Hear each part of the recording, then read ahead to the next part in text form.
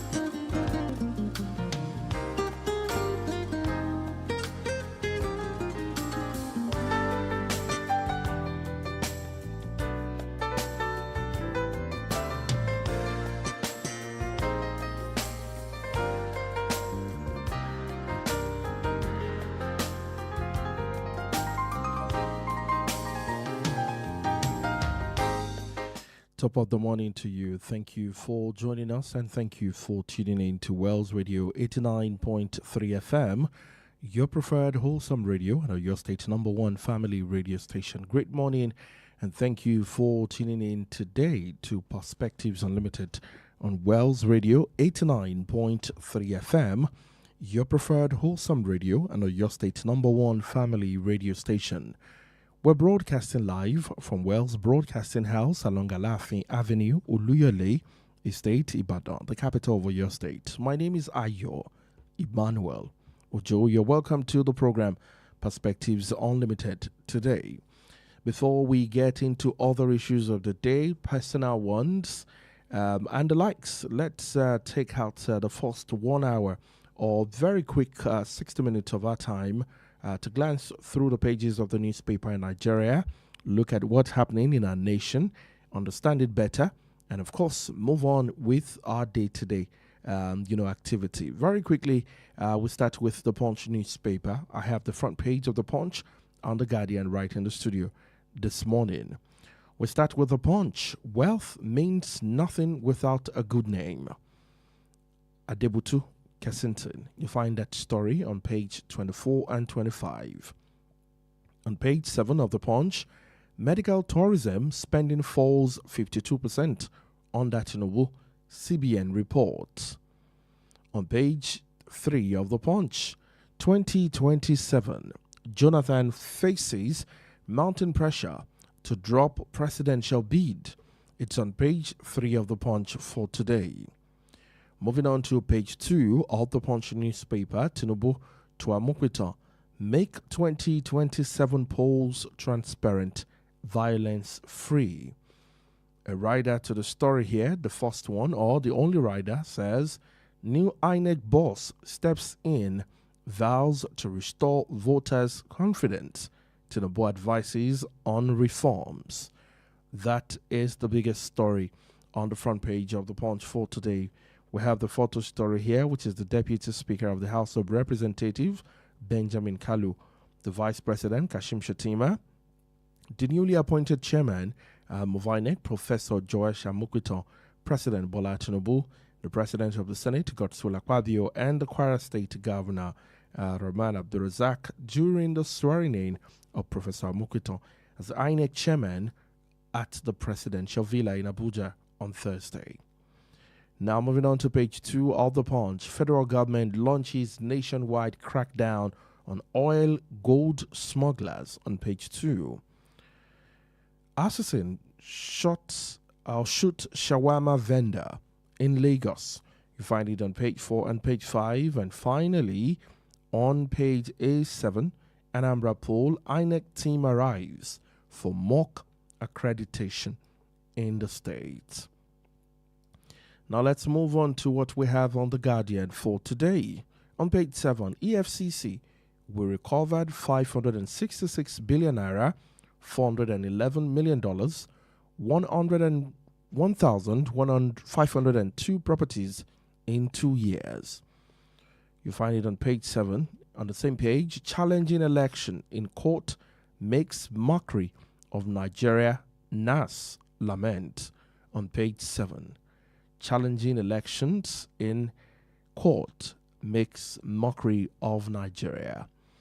Okay, is that coming from the right quarters? Please go straight to The Guardian this morning to find out more about that story. On page 38, 22,050 displaced children back to school in 3 years, or in 3 northwestern states, I beg your pardon, says SCIs. And on page 6 of The Guardian, which is the major story on the front page, Tinubu demands credible elections as Amukwito faces Anambra hurdle on page 6. We have the picture here of President Bola Tinubu, Charles Soludo, the governor of Anambra, the new chairman of INEC, Professor Amukwito, Atiku Abubakar, David Mark, and Peter Obi on the photo story attached to that headline on page 6. Let's move on to page 6 again. Defections, Makinde, APC senator, decry lack of political ideology in Nigeria.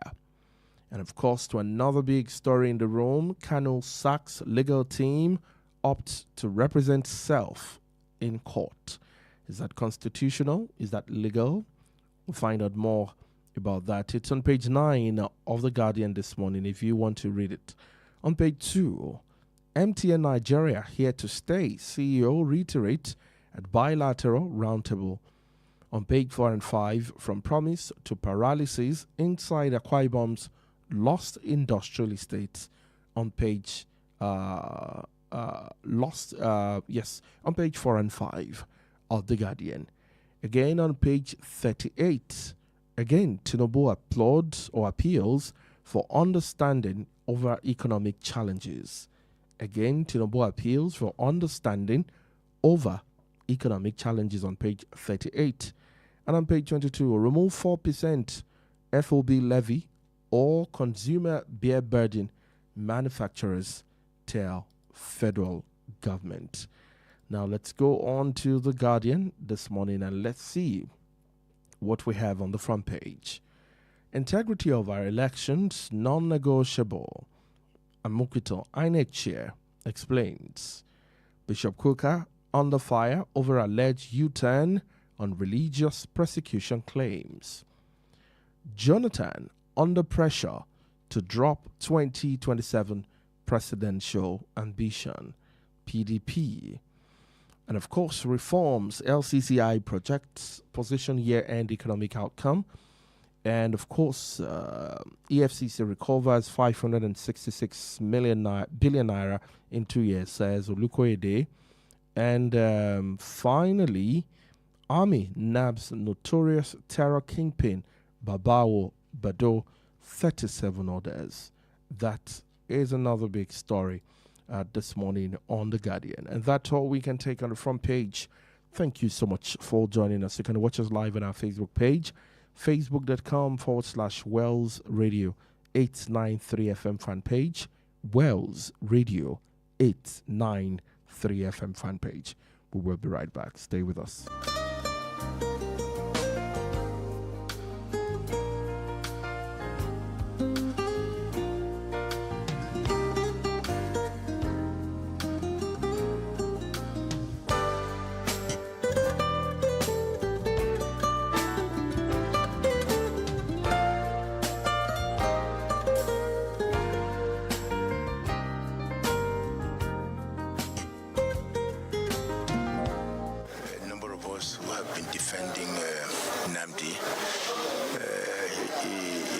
decided to conduct his defense by himself. He has a right to do so. We respect that decision, and we wish him well going forward. But that's what you wrote. You said here, my lord, that the defendant has now applied for bail. Now, as I said earlier, bail is a decision of the court, taking into consideration all the conditions laid down in Muhammad Abacha v. State. At this stage, I am of the opinion that to make or take a stand on the bail application without first hearing and determining the issue that is glaring in the face, which is the absence of the defendant from the court since 25th of April 2017 until he was produced on the 29th of June, my lord, which was exactly what the Supreme Court did. They said that he did not jump bail. These criminals came to my house to kill me. That's what the Supreme Court said. This is in your own ruling, in your own court, my lord. So I cannot understand, my lord, why my trial will be conducted contrary to the Constitution of Nigeria that said I must have free and unfettered access to my counsel. Is here. This is the law of Nigeria.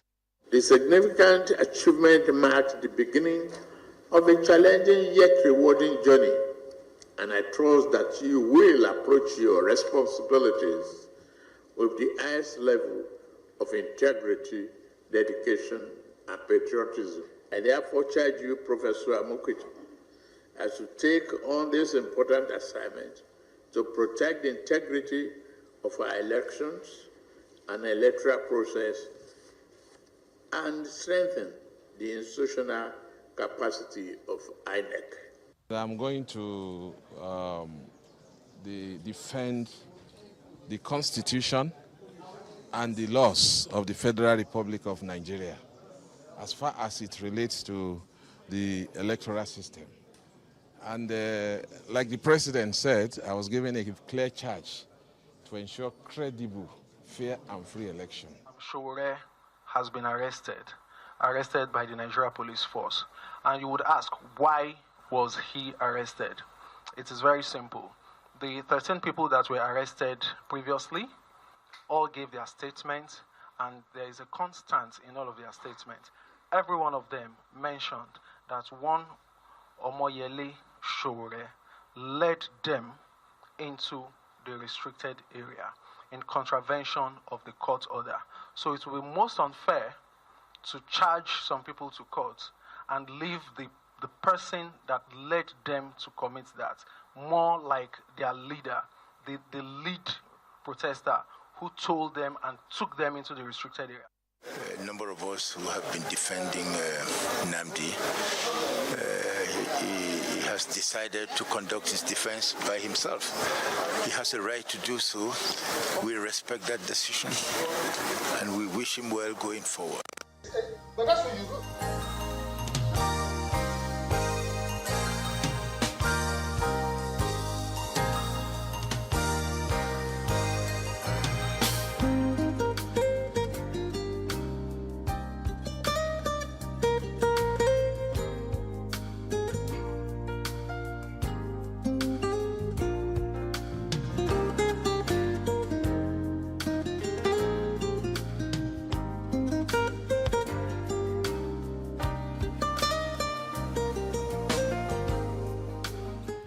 A very dramatic week, I must say, starting with the hashtag Free Nnamdi Kanu protest, which, hit Abuja and, of course, some other states in the southeast, too. Nnamdi Kanu himself sacking his lawyers and Omoyele Showore, being arrested. A coordinated wave of protests demanding the release of the detained leader of the indigenous people of Biafra, Nnamdi Kanu, swept through the Federal Capital Territory and several southeast states on Monday, disrupting commercial activities and grounding transportation. Monday's demonstration, conveyed by activists and the former presidential candidate Omoyele Showore, the leader of the hashtag Revolution Now movement, also triggered heavy deployment of security personnel around key government facilities, including the Three Arms Zone, home to the Aso Rock Presidential Villa, the National Assembly, and the Supreme Court. In Abuja, dozens of protesters were forcibly dispersed by security personnel who prevented the crowd from advancing towards the villa.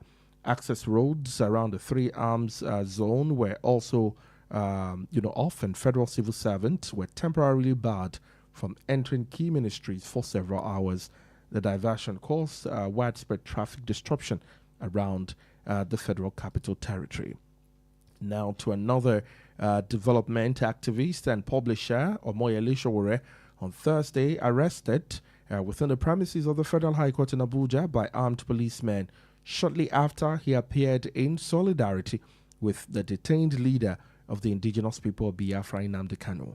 Sowore, who has been at the forefront for calling for Nnamdi's release from detention, was picked up by security operatives who insisted that he must come with them to the Federal Capital Territory Police Command. And when asked what his offense was, one of the officers explained they were not acting on his, or they were acting rather, on the instruction of the Commissioner of Police. The Commissioner said, "We should bring you to the office." The officer said, although Sowore queried the absence of the formal letter of invitation, he maintained that his lawyer was accompanying him before he was eventually taken away in a police van.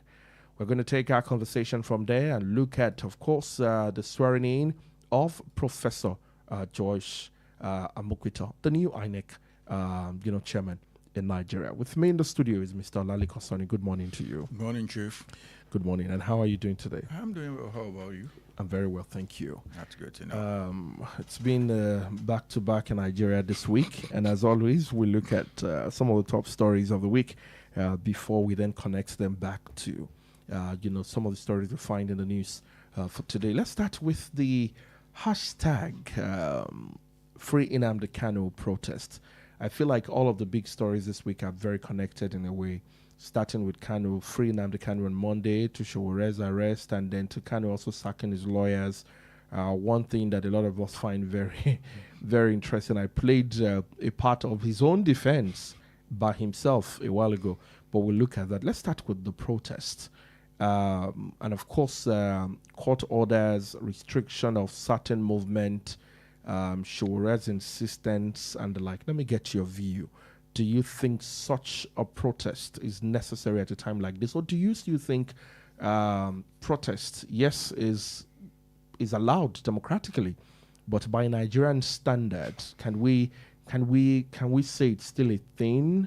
As whenever you say protests, you see that security personnel, they are more upset.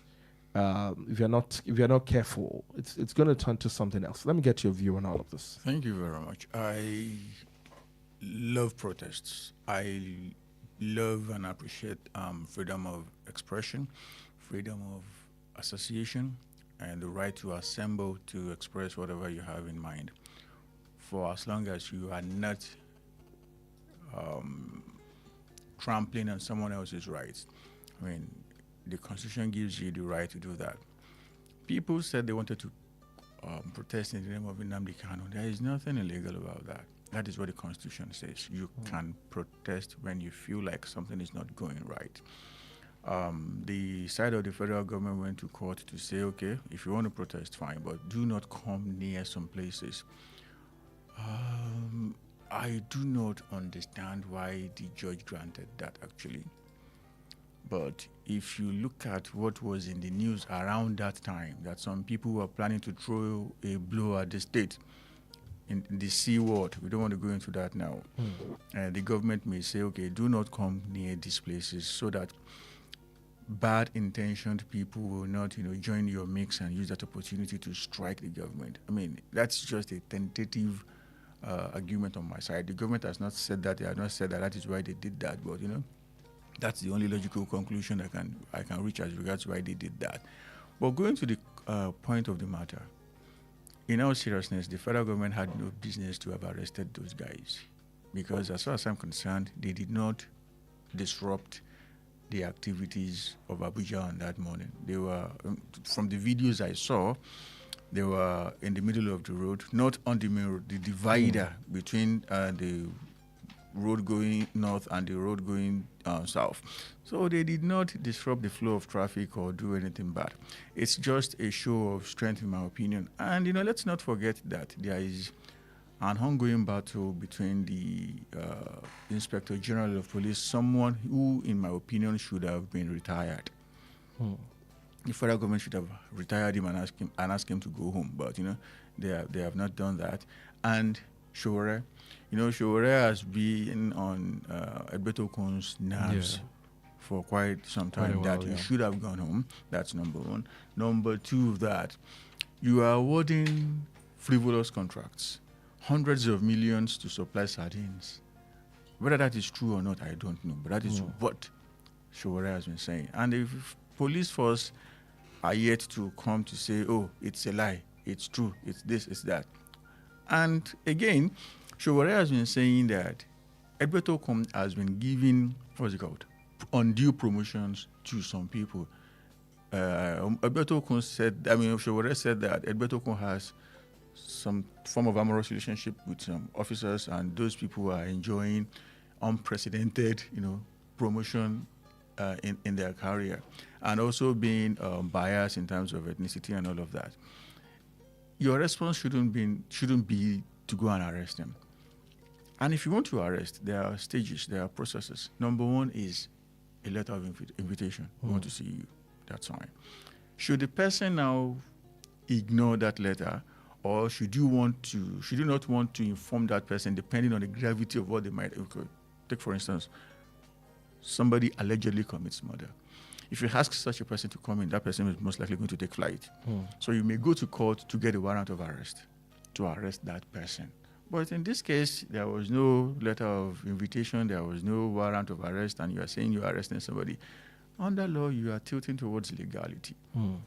And in all seriousness, I have issues with Nnamdi Kanu. I do not hate his personality. But if I consider what he has made of the Southeast, minding the fact that the Southeast used to be a place I loved so much, and it's almost impossible for me to go there now. I have something personal against them. But not just Nnamdi Kanu. These guys who claim to fight ethnic and regional battles, in most cases, I'm a trained political scientist and a core strategist when it comes to matters like this. These guys only sit down in the corner of their room, think of how they can, plant something in the minds of the people to earn legitimacy, and now begin to use that to milk the people. It happened in the Southwest. Yes, a particular character was moving from one state capital to the other in the name of, Yoruba nation, whatever. And I was telling people then, a lot of people were saying, oh, you are crazy, you are this, you are that. But I was telling people then, this thing is all politics. These guys are, trained political fighters who know how to, work on the minds of the people. What was happening there was, child's play compared to what we are saying now. After the election was won, we have had instances where monarchs were actually shot dead in their respective palaces. Some were killed on the road, and this guy has not come out to say anything. I mean, Nigerians should learn to know who is actually for them and who is not for them.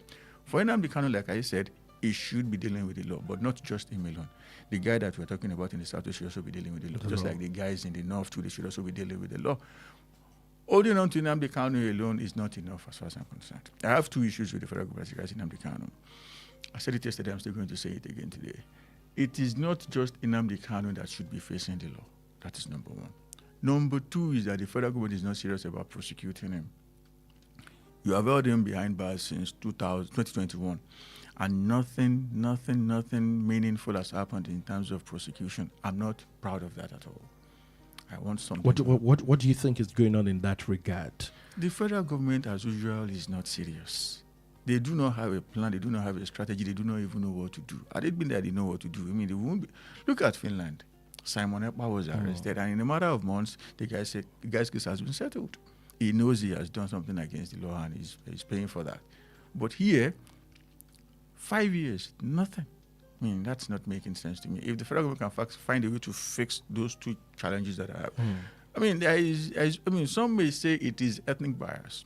But it is not ethnic bias. It is just political strategy, political bias, yes. The guy who was doing that in the Southwest, the SSS will tell you that he is still a wanted guy.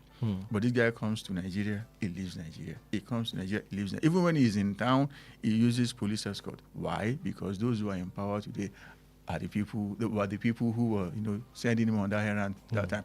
And the game then was to, a Fulani guy was living then. A Fulani guy wanted to come in, an Igbo guy wanted to come in as well. So they were driving this Yoruba sentiment across Yoruba land to say you must support your own, so that strange people from outside won't come and colonize us. That was just the strategy then. I mean, that's wrong. That's wrong. You shouldn't do that. So like I am saying, I am calling for the due prosecution of Nnamdi Kanu and those other non-state actors that disturbed peace of Nigeria. All right, we're just joining us, still Perspectives Unlimited, and of course we're still looking at stories, some of the biggest ones this week. As a matter of fact, the protest on Monday, and of course the arrest of Omoyele Sowore, which of course in the video, for those who saw it on social media, Sowore queried the absence of the formal letter of invitation. He maintained that his lawyer must accompany him before he was eventually taken away in a police van. But what is the police saying, against Omoyele Sowore? Reacting, the Nigerian police force has explained that the arrest of activist and politician Omoyele Sowore was to ensure fairness in the prosecution of those involved in Monday's protests in Abuja. Hundeyin said, if we move from there to charge some people to court and leave the person who led them to commit the act more like their leader, the elite protester who told them and took them into the restricted area, that would not be fair. That's why, in the spirit of fair play and to ensure that justice is served, Omoyele Sowore was also arrested. How come the police authorities are not telling us the exact place that they shouldn't have gone to that they went to? We are just saying restricted area. Where exactly was the restricted area that you're talking about? But before the protest, I believe that certain areas were mentioned. Yes, as to not, be crushed. Yes, the presidential villa. We're not entirely sure if these people actually crushed. I see no reason why people shouldn't go to presidential villa to protest. People go to Downing Street to protest. People go to the White House to protest. So what's the difference? But what if on the basis of the restriction prior? Minding the fact that there was a very huge security issue around that time. It's still on the ground, but let's not talk about it. You may want to understand the reason why they said they shouldn't go to presidential villa around that time. I don't buy the idea, but it's still permissible. That's that. But there is no record, at least from my side till this very present moment, that they went to the presidential villa. They did not go to the National Assembly. And in all seriousness, the National Assembly is the bastion of democracy. It's what represents democracy, because under military rule, there is no National Assembly. You only have a National Assembly in a democracy. So if people want to express democracy, the very first place to go and express democracy is the National Assembly. But, hardly they said don't go to the National Assembly. Do you think Omoyele Sowore is a threat? I do not see him as a threat. If you are a politician of Bola Ahmed Tinubu's clout and you see Omoyele Sowore as a threat, then it means you have not been doing the right things. I see such guys as comic relief. No disrespect, but these are guys who just want to do aluta for the sake of doing aluta. If you are a strategic politician who knows exactly what you shouldn't what you are doing, you shouldn't have any problem to do with these guys. If you are now afraid of them, then it means that you have lost the battle, even before the battle started. All right, if you're just joining us, this is still Perspectives Unlimited on Wells Radio 89.3 FM. We're live on our Facebook page, and so you can watch us live on Facebook. You can drop your comment on Facebook, and right after the break, we will also open the phone lines so that you too can, call us in and share your thought and perspectives with us on the show. When we come back right after the break, we're going to talk about Nnamdi Kanu sacking his legal team and opt to represent self in court, and also talk about the new appointment into INEC, Professor Joaisha Mokweto, and of course the big bag on his shoulder right now, which is the gubernatorial election in Anambra State. Stay with us. We'll be right back. How long will it take you to confirm payment? I have been waiting for the past 1 hour. I'm so sorry. Our network is slow. I will just run out of data. Same excuse yesterday. It is unacceptable, please. You better switch to One Data Internet Service. One Data? Yes, One Data. One Data is an internet service provider with the best alternative and solution for unlimited speed. One Data provides fast and reliable internet service to organizations, homes, and places of interest in Nigeria. With One Data, you get to enjoy the premium internet service with dedicated unlimited internet speed at all times, 24/7 fantastic customer service and support, and you enjoy a 1-month free subscription when you make payment. Now is the time to say goodbye to downtimes. Sign up with One Data today on 0811 223 2671 or visit www.onedata.ng for more inquiries. One Data, unlimited speed. The Financial Services Regulation Coordinating Committee, FSRCC, in collaboration with the National Broadcasting Commission, NBC, wishes to draw the attention of the public to the activities of illegal financial operators, IFOs, which threaten public trust and the stability of the Nigerian financial system. The general public is hereby advised to refrain from dealing with unlicensed financial operators who deceive individuals with unrealistically high investment returns. Verify the licensing status of such schemes on these websites: www.cbn.gov.ng, www.nicom.gov.ng, www.pencom.gov.ng, www.sec.gov.ng, www.fsrcc.gov.ng. To report any suspicions of illicit financial activities, call CBN 0817-665-7060, 0707-338-4828, SEC 0209-462-1168. Announcer, FSRCC. Ho, ho, ho, ho, ho, ho. Merry Christmas! Dashing through the snow in a one-horse open sleigh. Christmas is almost here, and Wells Radio 89.3 FM is bringing the joy closer to you. It's the Father Christmas Fiesta 2025. Jingle bells, jingle all the way. Oh, what fun it is to ride in a one-horse open sleigh. Happening live on the 11th, 12th, and 13th of December 2025. It's 3 days of joy, fun, and family moment that every child will remember. We are calling on churches, NGOs, schools, brands, and kind-hearted individuals to partner, sponsor, and spread the joy of Christmas to families across Ibadan and Oyo State. Let's make Christmas brighter together. For sponsorship and partnership, call Toby on 0803 509 3394.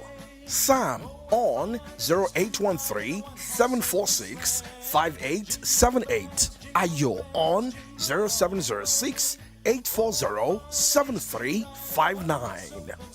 Wells Radio 89.3 FM, celebrating Christmas the family way.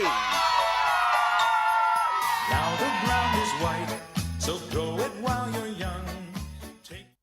Your name is Yahweh. Are you sick, troubled, or facing battles of life? It is time for your moment of healing. Come and experience the mighty power of God to heal, set free, and restore lives. Join Pastor Okeke Linus every Saturday by 1 p.m. on Wells Radio 89.3 FM, Alafin Avenue, Oluyole Estate, Ibadan. This program, Moment of Healing and Deliverance, is brought to you by Freedom Capsules Global Missions, opposite Moret Primary School, Idioro, by Salvation Army Road, Ibadan. Don't miss this program for anything. God bless you. Powerful today, powerful healer. You are the powerful healer. Wells Radio 89.3 FM, your preferred wholesome radio.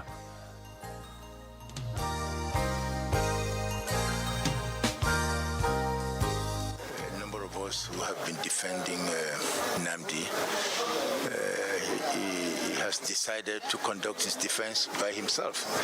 He has a right to do so. We respect that decision, and we wish him well going forward. But that's what you wrote. You said here, my lord, that the defendant has now applied for bail. Now, as I've said earlier, bail is a decision of the court taking into consideration all the conditions laid down in Muhammad Abacha v. State.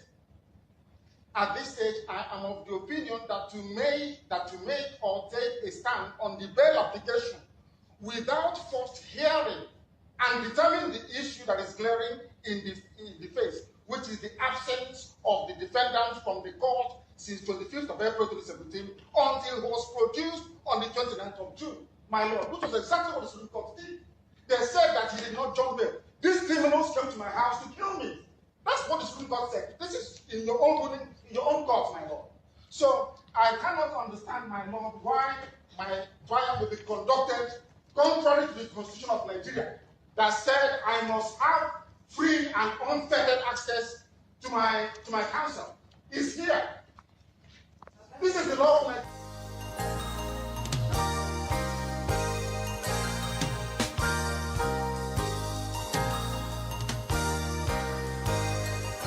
Interesting times, I must say. Hopefully, it feels like one can defend oneself right now in court, as Nnamdi Kanu seems to be setting some very high standards, if you call it that. The 10th leader of the indigenous people of Biafra, Nnamdi Kanu, has fired all members of his legal team. Kanu, who announced the decision yesterday, told the court that he was willing and ready to conduct his own case. Meanwhile, the police yesterday arrested Omoyele Sowore, the candidate, the former presidential candidate, after he appeared in court for Kanu.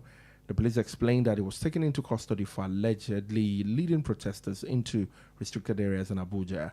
At the resumed hearing in Kanu's terrorism trial yesterday, before a federal high court in Abuja, the prosecuting lawyer, Adegboyega Awomolo SAN, announced his team for the prosecution. When it was time for the defendant's legal team to announce its appearance, the leader of the team, Kanu Agabi SAN, stood up and told the court they were only present out of respect for the court.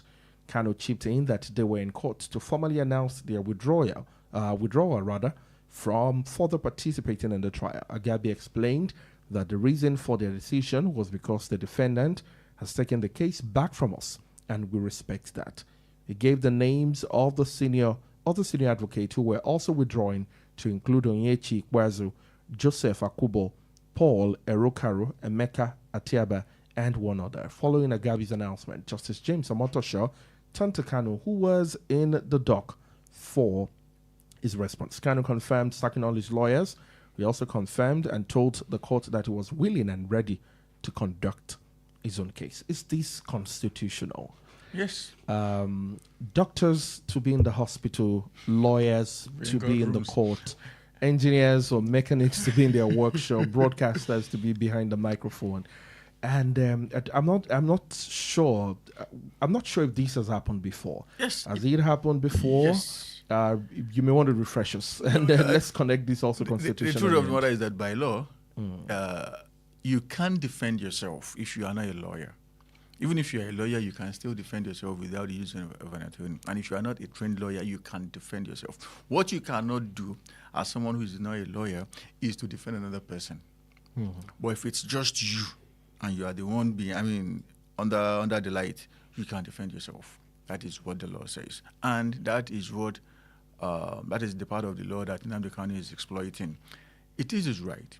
You can't do it. But is it a wise decision? No.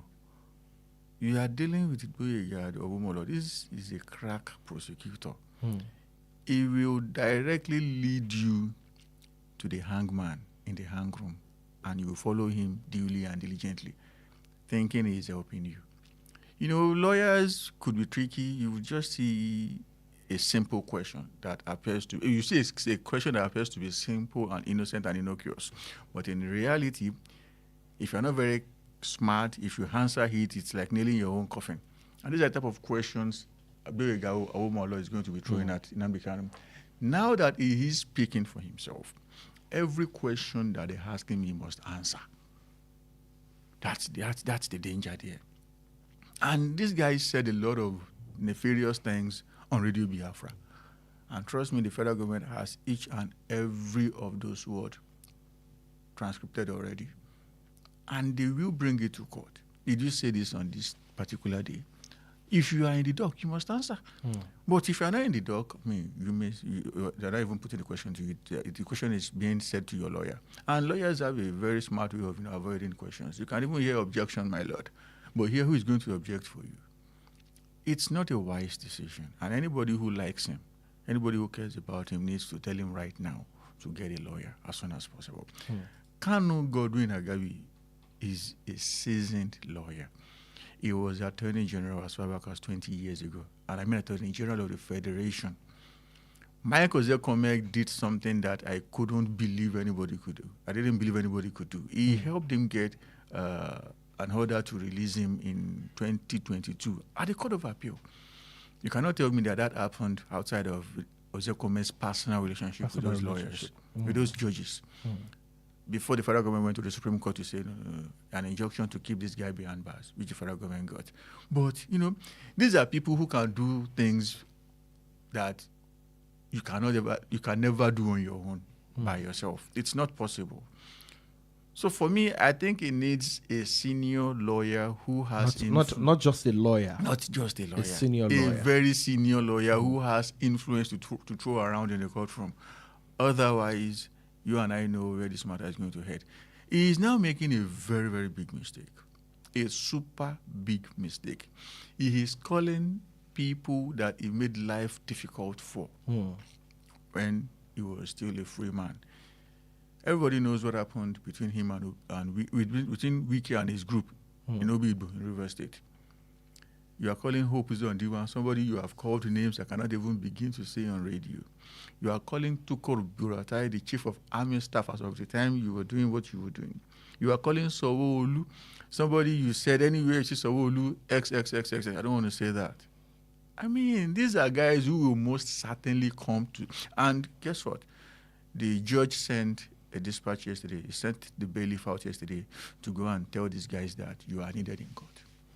At that particular point, they must come. And when they come, a number of them may hide under what technicality to not come. But trust me, the Minister of Works, who was Governor of Ebonyi when he was doing all of his madness, he will come. Dave Umahi, he will come. Opuzodima will come. Tukol Buratai will come. Wike is a hot-headed guy. He's most likely going to come as well. And these are guys who are coming with hammers and nails to finish the job on his coffin. Why he called them is something my head cannot process now. Let's look at what Omoyele Sowore is calling for, the release of Nnamdi Kanu. And let's look at Nnamdi Kanu's kinsmen and their response to his detention and other, people's, clamor to also release Nnamdi Kanu. Let's put it side by side. The reaction of his people is a Nigerian, yes, but the reaction of his own kinsmen and to other people calling for his release. How do we balance that? The truth of the matter is that people who should be in the position to help Nnamdi Kanu negotiate now have all collected woto in the hands of Nnamdi Kanu. That's their word, woto. He has abused, insulted. Look at the monarchs. He reigned all sorts of... Do you know the number of monarchs they went into their palace to kill? The list is endless. A lot of monarchs were shot dead simply because they did not join the agitation. They did not... Okay, even if you're talking about Biafra, let's not do it forcibly. We did something like this in the late 70s, 60s, and it didn't end well. We are not prepared for that. Let's go through a diplomatic way. And it was all insults and abuses. You know, I expect the same set of people to come out. And for the politicians, they will not come out. Simply because that they know that for reasons I cannot understand, despite the fact that Nnamdi Kanu has turned the streets of the Southeast to something else, the average sentiment on the street is in favor of Nnamdi Kanu. Should Nnamdi Kanu come out and, for reasons best known, Nnamdi Kanu needs strategists around him. If Nnamdi Kanu wants to become a free man, a completely free man, there are things he can do without talking to the federal government. I know that. Can you share that? If he needs that, I'm a consultant. He should come to me. I'm very, very serious here. Okay. I know things that should he do these things, he will become a free man automatically. But, politicians are smart people. They know that based on his popularity, should he become a free man and he wishes to drop agitation for political participation, it's going to come with a lot of problems for them. So for that reason, they may not want him to be a free man. So talking to the politicians right now, I mean, they will keep telling you is that, okay, we are talking to the president. Trust me, the chances are very bright that they're not even saying anything as regards that to the president. But they'll keep telling you that, oh, we're talking to the president. So you should forget about the politicians. All right. The people you should talk to, if we can still find a way to talk to them, are maybe the monarchs. If the monarchs come in unison to talk to the president may say, okay, give me assurances that this guy is not going to misbehave again. Okay, let's see what we can do at the end of the day.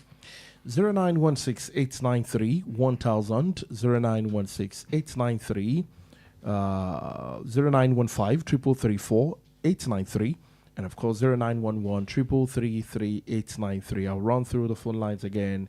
0916-893-1000, 0915-334-893, and 0911-333-893. Speak to us this morning and let's have your thought on that. Let's talk about the new appointment, INEC appointment here. President Bola Tinubu on Thursday charged the new chairman of INEC, Professor Joash Amukuton, to prioritize transparency and non-violence as Nigeria prepares for the 2027 general election, saying credible polls remained the foundation of public trust and democratic stability.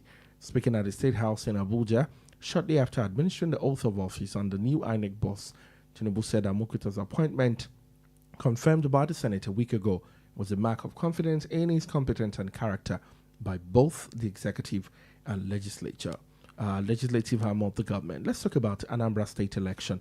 It's about less than 20 days, I believe, from now, and of course the new INEC boss. This again is, even though very close.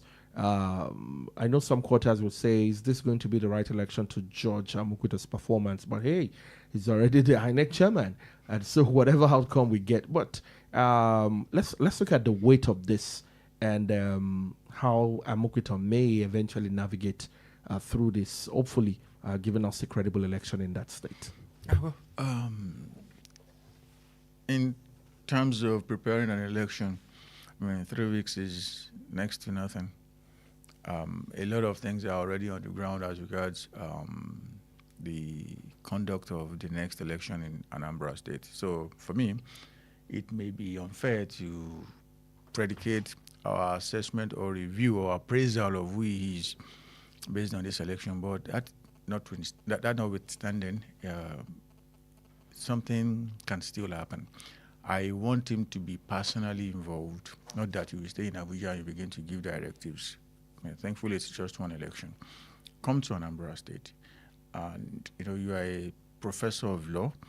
You understand the process from A to Z. Come there, come and vet things personally. Let's see that, okay, you are part of the process and that you are making people who are going to do the work know that you are, peeping through, over their shoulder. I mean, that's going to send some signal to them that, okay, this guy wants to have a good name, and for that reason, we cannot afford to mess up. I understand that. The president said something that, in my opinion, is unfair. He said that Joe Amukuto should ensure a violence-free election. Since 1999, I mean, nobody in the name of INEC has ever taken weapons to go and, disrupt the flow of election. It's usually the politicians and their boys. Someone said something like less than 2 weeks ago, at least less than 3 weeks ago, and the person is the chairman of the NURTW in Lagos, saying that if you do not vote for the president's party come 2027, I'm a fiona and saying what am I wati, meaning we are going to put your flesh in their mouth and people will not be able to trace it. In all seriousness, someone like that should be facing exactly what Nnamdi Kanu is facing.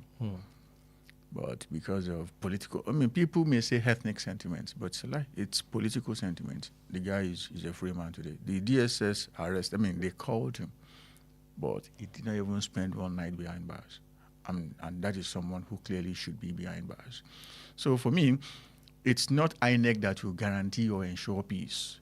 It is politicians that will ensure peace. Hello, good morning to you.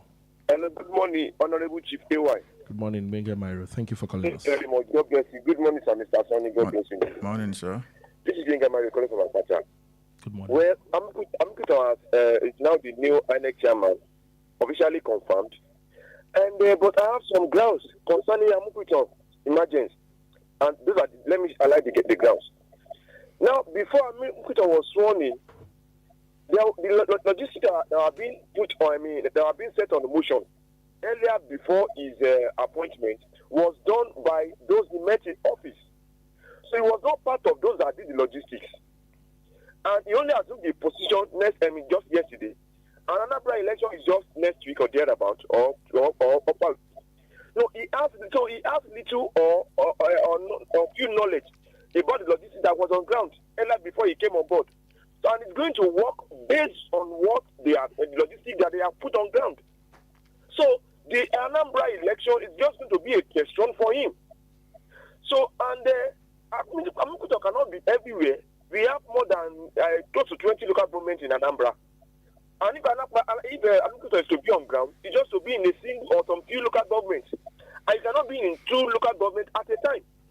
And that means that he has to extend the workload on some of his staff. And one thing about INEC is that you see, INEC they can be easily induced with money. And I was trying to run a check on how much Amkuto is collecting as the INEC chairman, and the money is okay. That means that his conscience cannot be bought. Mm-hmm. But you cannot say categorically that his conscience cannot be bought. If Amkuto is a man of integrity, so that he cannot be induced by money. How about the staff that are under him that are collecting roughly 150,000 naira monthly? And if a politician should come to them and tell them you are giving you $1,000, my brother, ask me, won't those guys they compromise? So the workload is not based on Amkuto, but some of his junior workers that are not collecting a good money, so their conscience can be easily bought. And at the end of the day, people will be lamenting that Amkuto has not done the needful. So you can see where the problem is lying. When Jega was to be the annex chairman and was being criticized and being grilled by the Senate, they asked him how much money have you seen, or how much money have you had access to before your appointment? He said 100 million naira. So that means if Jega could be given 1 billion naira, that money is in multiples of the 100 million naira he claimed to have seen in his lifetime. So that means that at any point in time, the INEC personnel, their conscience can be bought with money. Recollect that our politicians can go to any length. They can empty their accounts in the name of giving a kind of riba, just call it that way, a kind of gift to INEC. May God help Nigeria. Thank you very much. Thank you so much, Benga Myro, for calling. You too can call 0916-893-1000, 0915-333-4893. Hello, good morning. Hello, good morning. Hello, good morning. All right, please go ahead. Well, as regards what Mr. Mario said, no amount of money is too small or too big when it comes to buying somebody. What really matters is your conscience.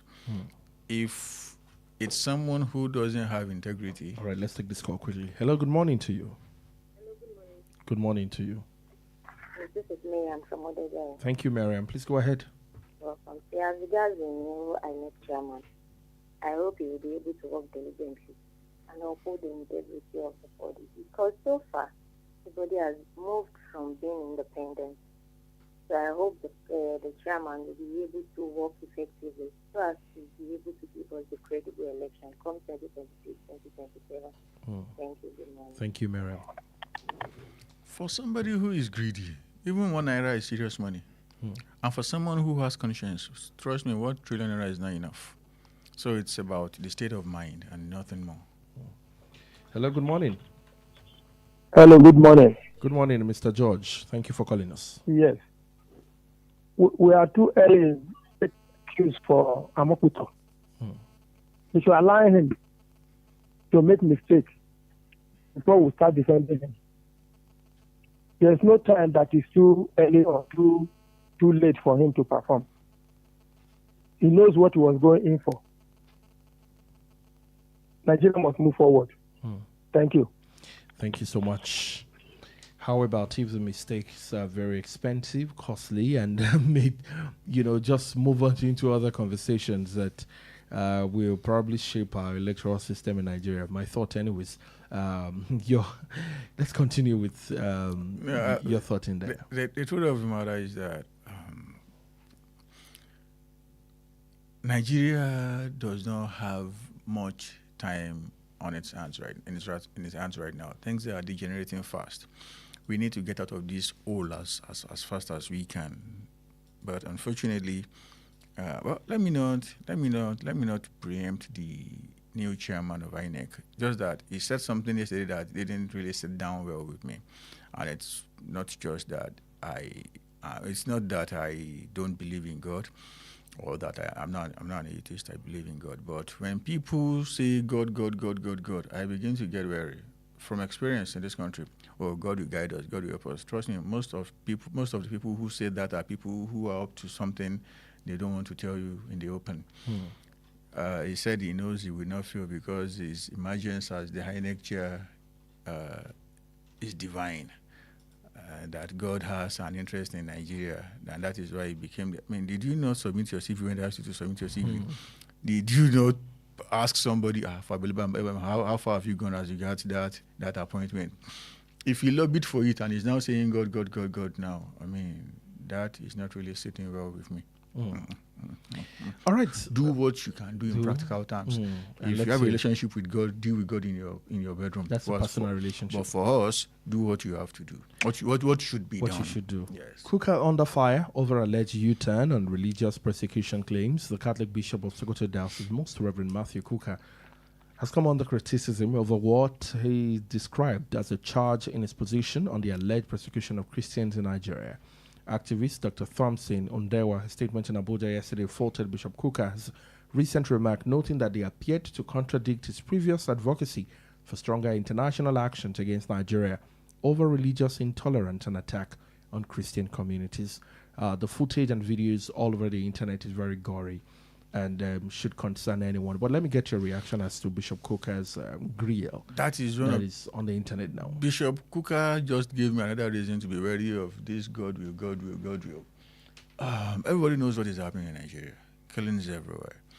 And, people who I believe have ulterior motives have come out to say there is Christian genocide in this country. Yes, Christians have been killed. But Matthew Hassan Kuka went to Rome to say, don't designate Nigeria as a country of concern. Why? Because it's going to, make a mockery out of the efforts of the government. Excuse me? Who are you? Are you the defense minister or the chief of army staff or the president and commander-in-chief?